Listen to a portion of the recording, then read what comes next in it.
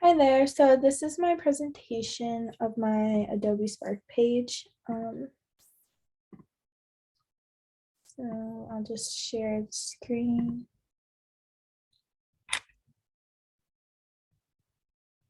Okay, so I decided to do mine on the Dubuque Senior Cheerleaders, which is the high school I attended and graduated from. I decided to choose this group or this sub-community because I thought that they are very involved in the community, and it's something that normally people wouldn't look at in regards to involvement of community, but they are actually super involved. So this is the page. So I briefly start with the history of it. I go into how Senior was founded in 1858, and it's the oldest secondary school in Dubuque. So there's only the first graduating class of Senior only contained 2 students. And the first sporting event was football, and it was established almost 80 years after the high schools opened. And shortly after that, so only 2 years after football began, cheerleading quickly followed. So cheerleading in general is an important part of culture in sports due to their cheerful atmosphere and bringing up the crowds and allowing the teams to have more excitement in them.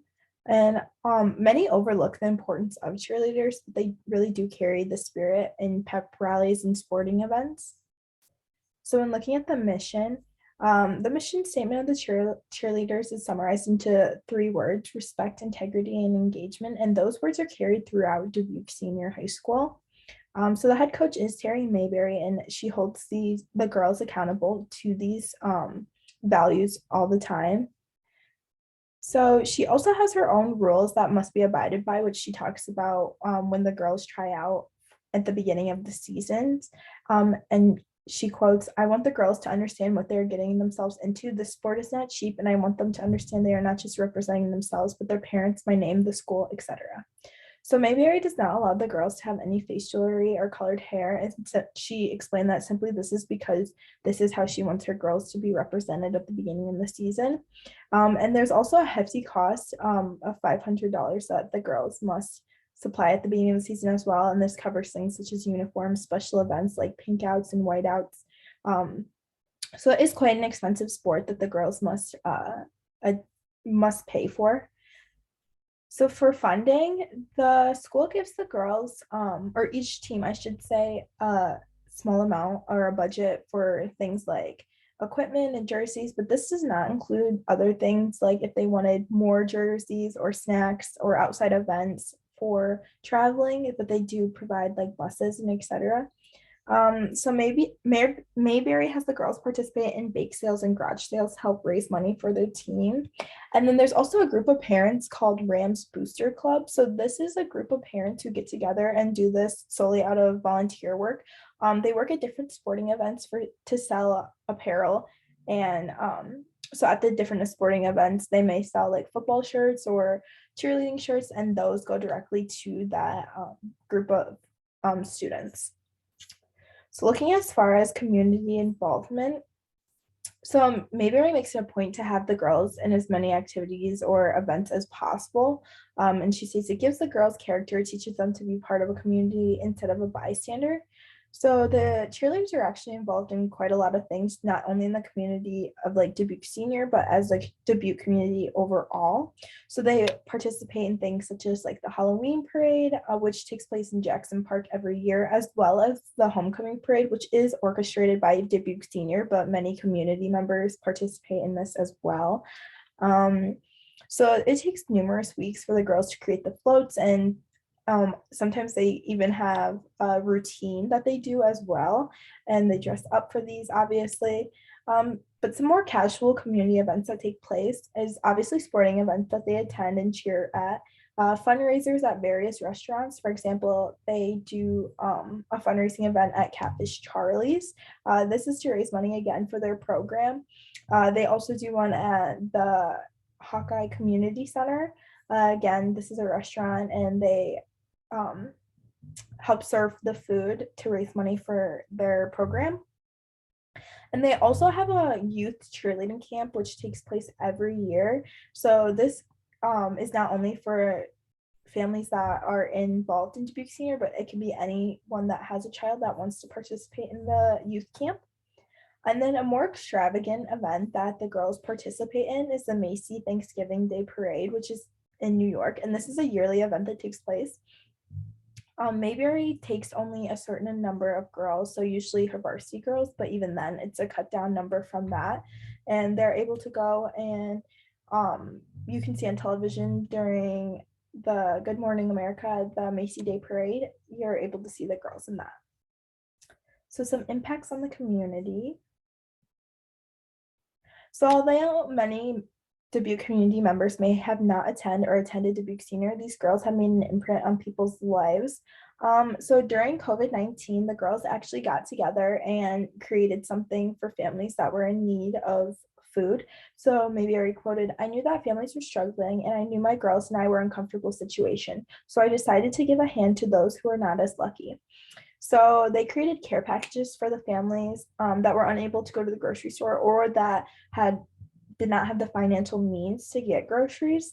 And this was outside of like the Dubuque senior community. It went to Dubuque overall, not just the high school, because she allowed for anyone that she knew to be a part of it or that needed help. So it expanded to the entirety of Dubuque. So like previously mentioned, the Halloween parade is another event that is a community-wide event that doesn't just involve senior.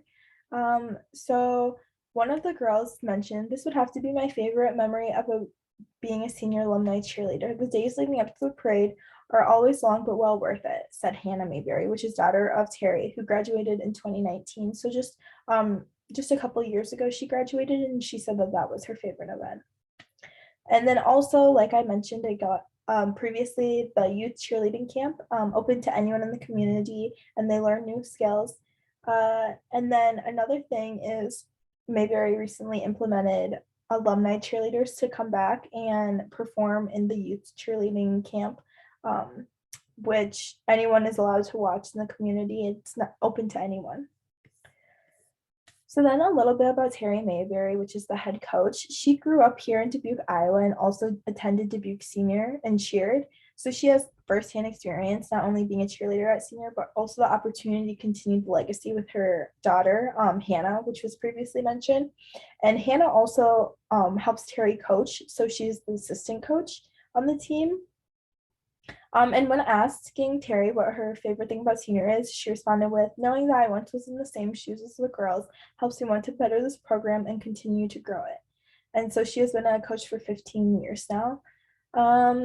And then everyone throughout the community knows Terry Mayberry to an extent. She's very popular throughout the community, and she enjoys having the impact on the girls. Parents have even told her in the past that when deciding where they wanted to send their child, it was a deciding factor of who the cheer coach was, and they sent their daughter to senior solely for the fact that Terry was the coach there and her abilities. So I also have a video of this cheer routine. I decided to include this specific video because Mayberry told me this was one of her favorite routines that the girls performed. And this just displays the kind of intricate movements that her girls were able to perform. And unfortunately, I was not able to create this video myself due to COVID reasons. The school district did not allow me to come and attend some of their practices. But I got all of these photos and the video from Terry herself. So looking back at it, this was a photo taken actually a couple of years ago, or a year ago from the graduating class of 2020. And then this was just an old vintage photo that she had. And then when looking at these, so to the right, this was one of their performances. They not only did like cheer routines, but they also do some halftime performances at basketball games where they perform a dance routine. So this is their costumes for that. And then to the left is a Halloween parade costume that they had, which they were all dressed up as clowns. And to the left is another Halloween parade that was not that long ago. It was a retro theme. And then to the right is the girls dressed up as a Macy Days parade. And then this picture is the alumni cheerleaders that came back to perform at the youth program. And then of course a picture of Terry. and then the video. So the strategies I learned throughout the semester of learning how to, or which I used in the design of the projects.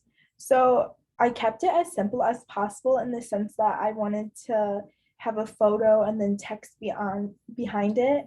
And even the text looking at I tried to make it as simple as possible and space it out into paragraphs just so that it was easier, more efficient to read, and it didn't feel like I was typing essay or something. It's spaced out so that there's just like a little bit of subtext with each photo that I have.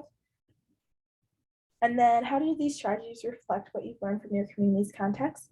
So it displays that although I knew that the girls were involved with things in the community when attending senior, I didn't know to what extent. So learning deeper into how things like the COVID-19 care packages, I had no clue about those, or that the girls go to various restaurants and fundraise for themselves as well. I didn't know that was a thing either. So getting to understand the community better than what I had previously did was a big thing about it. Um, So displaying the pictures helps shows the visual manner of the entire piece. It's not like an essay where I just have text, but you're visually able to see evidence of how the girls are involved with the community instead of me simply just saying that they went to restaurants and fundraised or that they were involved in Halloween parades. Being able to have an actual picture solidifies the fact that they are involved with the community. And then challenges that I encountered as I created the web page. So it was just kind of hard for me to be able to condense everything I wanted to say in an efficient manner. I have a tendency to over explain myself or to say too much that isn't relevant. And I think that was the most difficult part of this piece because it's something that's supposed to be efficient and supposed to be short and quick and straight to the point. So I think that's where I struggled with. Um, so I learned from this that it's better to be short and efficient than long and expansive. Just getting straight to the point is quicker and easier to understand. Um, and then how I connected COM 130 materials in class learning to experiencing with real world communities. So it's interesting to see how um, like different subgroups such as hipsters or those subcategories can be seen throughout the community, but to actually have a subculture in my community that I pulled through is very interesting to me instead of one that we just found on the internet and we're researching about. It's kind of like firsthand experience because went to this high school and I was obviously friends with some of the cheerleaders to understand how they differentiate from everyone else in the community, how it's like a subculture. So I think that was a very interesting part and that I'll take with me throughout the rest of my experiences.